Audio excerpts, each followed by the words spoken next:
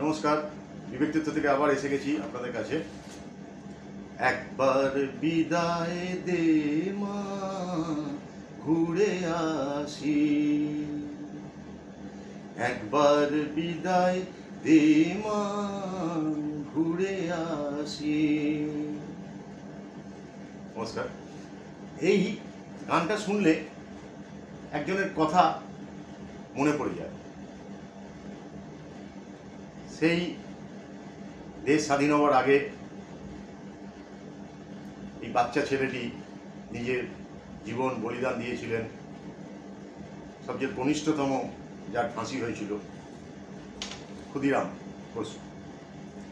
উনি কোন জেলার লোক ছিলেন? মেদিনীপুর। আজকে আমরা যাকে নিয়ে এসেছি তিনিও মিদনাপুর জেলার মানুষ, স্বনামধন্য এক অভিনেতা, এবং উনিও এবারে খেলার মাঠে রয়েছেন। গত দুটো টার্মেও ছিলেন এবং এবারেও উনি যে টিমের হয়ে খেলেছেন সেই টিমেরই উনি আবার খেলছেন। তো ওনাকে আজকে আমরা পেয়ে খুব ধন্য হয়েছি। তো ওনার সাথে সামান্য কিছু কথাবার্তা হবে।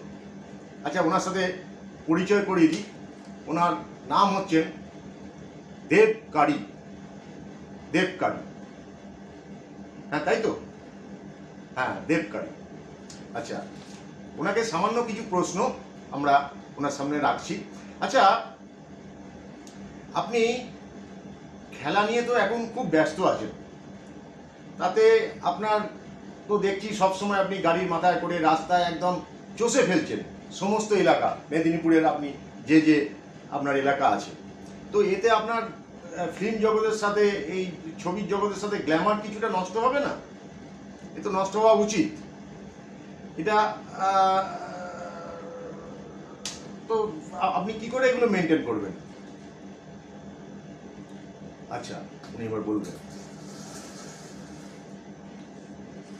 হ্যাঁ, আপনি ঠিকই বলেছেন। তো এটা আমার অ্যাক্টিংয়ের কাজে আমার এবারে এটা আমাকে খুব হেল্প করবে। কেননা এই সামনে আমার একটা ছবি বেরোচ্ছে, এটা উঠোন দার সাথে। কার সাথে বললেন? উঠোন দা, হ্যাঁ উঠোন দার সাথে আমার একটা নেক্সট ছবি আছে। সেই ছবিটাতে আমার একটু অ্যাংরি, একটুখানি একটা লুকস লাগবে, বুঝলেন? এবং সেই লুকসটা করতে গেলে আমাকে তো মেকআপ ফেকআপ করে করতে হতো। কিন্তু এই যে 2 মাস আমি যে এটা মানে প্রকৃতির সাথে আমি যে মানে একদম অ্যাটাচড হয়ে গেছি, তাতে আমার সেই লুকসটা চলে আসবে। তাতে আমার একটা সুবিধা কী হবে, এই আমাকে আর মেকআপ ম্যানকে আর এক্সট্রা করে পয়সা দিতে হবে না, বুঝেছেন? এই মেকআপ ম্যানের পয়সাটা দিতে হবে না, এবং এটা একটা একটা অরিজিনাল লুকস আমার চলে আসবে। হ্যাঁ হ্যাঁ হ্যাঁ হ্যাঁ, ঠিক ঠিক ঠিক ঠিক, উনি ঠিকই বলেছেন। এতে ওনার একটা অরিজিনাল লুকস ওনার চলে আসবে, সেটা ঠিকই বলেছেন।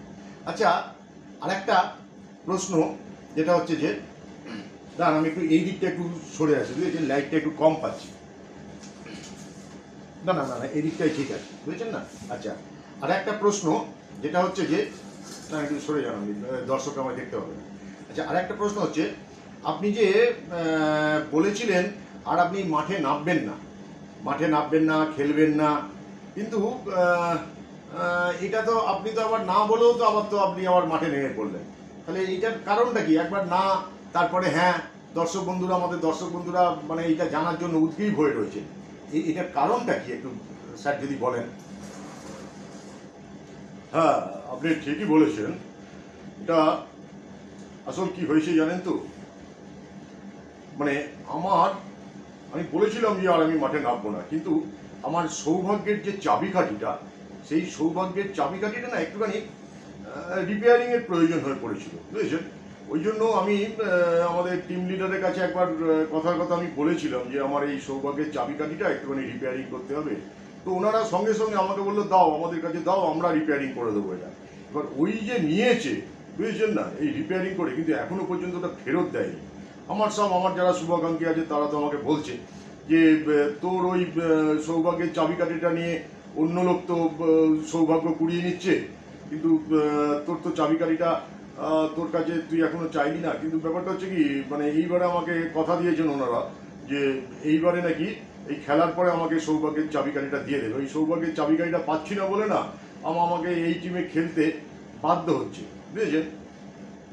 আর আমার আর একটা ইচ্ছে আছে জানেন তো, যেটা হচ্ছে যে আমার একটা প্রচণ্ড ইচ্ছা ছিল 10 বছর ধরেই আছে, সেটা এখনো পর্যন্ত করতে পারলাম না। সেটা হচ্ছে আমি ওই ওই মাতালদের জন্য একটা মাস্টার প্ল্যান করবো, জানেন তো। আচ্ছা, মাতালদের জন্য মাস্টার প্ল্যান? মাতাল মানে তো যারা মদ খায় তারা মাতাল, ওদের জন্য আবার মাস্টার প্ল্যান কী হবে? আমি তো কোনোদিন শুনিনি স্যার। হ্যাঁ, এটা হচ্ছে মাতাল মাস্টার প্ল্যান। তো এই প্ল্যানটা আমি যাকে করতে দিয়েছি, একজন মাস্টার আছেন আমাদের, হ্যাঁ, তো সে এখনো করে উঠতে পারে, জানেন তো। এই মাতালদের জন্য একটা মাস্টার প্ল্যান আমি এটা করে যাব, কিন্তু এইবারও যদি না করতে পারি, কিন্তু পরবর্তীকালে যে আসবে সে হয়তো করবে। এই আচ্ছা, এই প্ল্যানটার আওতায় কি আমরা করতে পারি?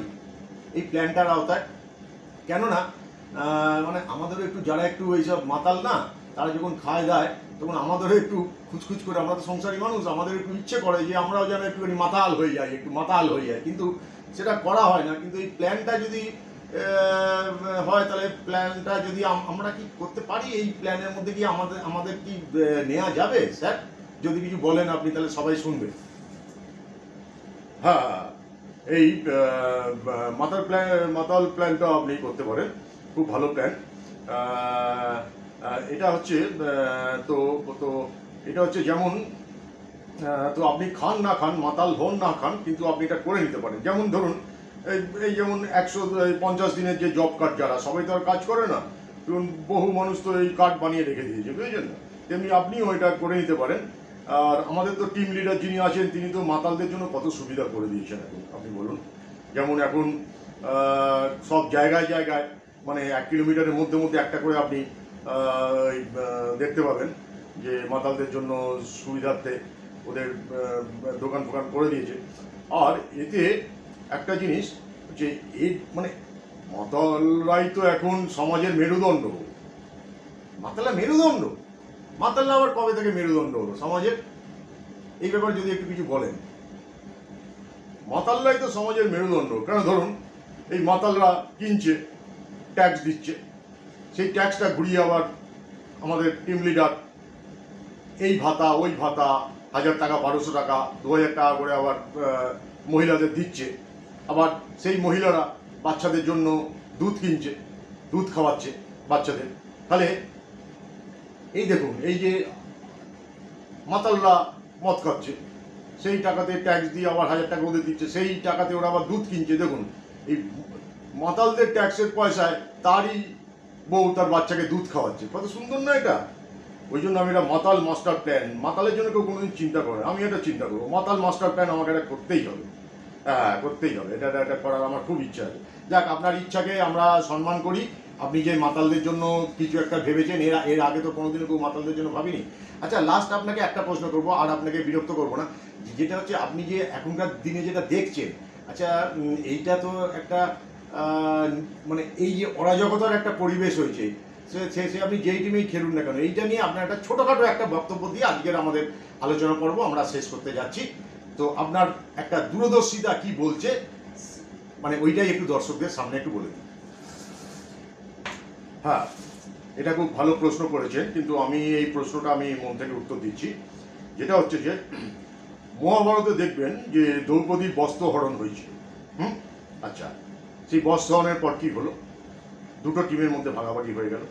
আচ্ছা, কিন্তু দেখবেন এইবারও দেখবেন ল্যাংচাখালিতে আমাদের মা বোনেদের কিন্তু বস্ত্রহরণ হয়েছে।